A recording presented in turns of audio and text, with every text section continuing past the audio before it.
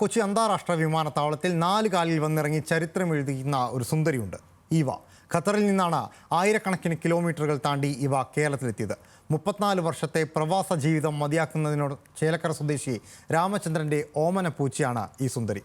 സ്വന്തം പാസ്പോർട്ടിൽ കേരളത്തിലെത്തിയ നിമിഷം ഈവയുടെ മനോവിചാരങ്ങളിലേക്കാണ്.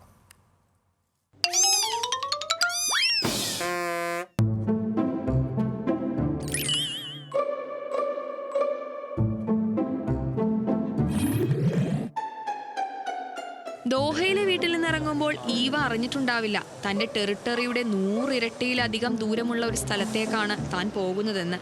തന്റെ വീട്ടിൽ നിന്ന് 3134 കിലോമീറ്റർ അകലെയുള്ള കേരളത്തിലേക്കാണ് തന്റെ ഹ്യൂമൻ തന്നെ കൊണ്ടുപോകുന്നതെന്ന്. കൊച്ചി അന്താരാഷ്ട്ര വിമാനത്താവളത്തിൽ ആദ്യമായി വന്നിറങ്ങിയ ഓമന മൃഗമെന്ന ചരിത്രമാണ് കുറിക്കാൻ പോകുന്നത് എന്നതൊന്നും ഒരുപക്ഷെ ഈവയ്ക്ക് വലിയ കാര്യമായി തോന്നിയിട്ടുണ്ടാവില്ല. എയർ ഇന്ത്യ വിമാനത്തിൽ കൊച്ചിയിലെത്തിയ ഈവയുടെ മുഖത്ത് ശിവനെ ഇതേത് ജില്ല എന്ന ഭാവമായിരുന്നു.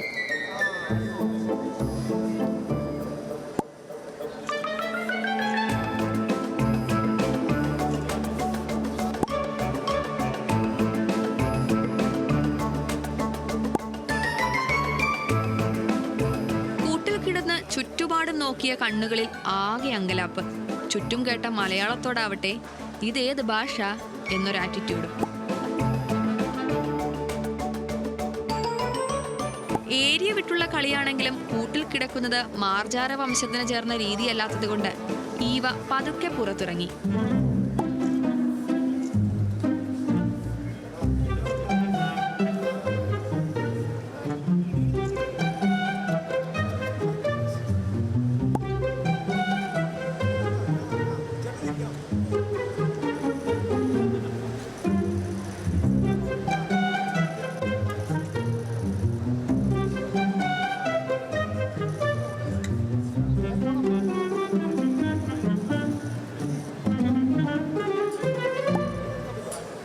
ആകെ പരിചയമുള്ളത് തൻ്റെ ഹ്യൂമൻ രാമചന്ദ്രനെയും അദ്ദേഹത്തിൻ്റെ മകൻ റെനീഷിനെയുമാണ്.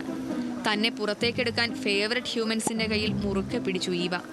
ഒരിക്കലും പിടിവിടരുതെന്ന വാശി ആ നഖങ്ങളാഴ്ത്തിയ പിടിയിലറിയാം.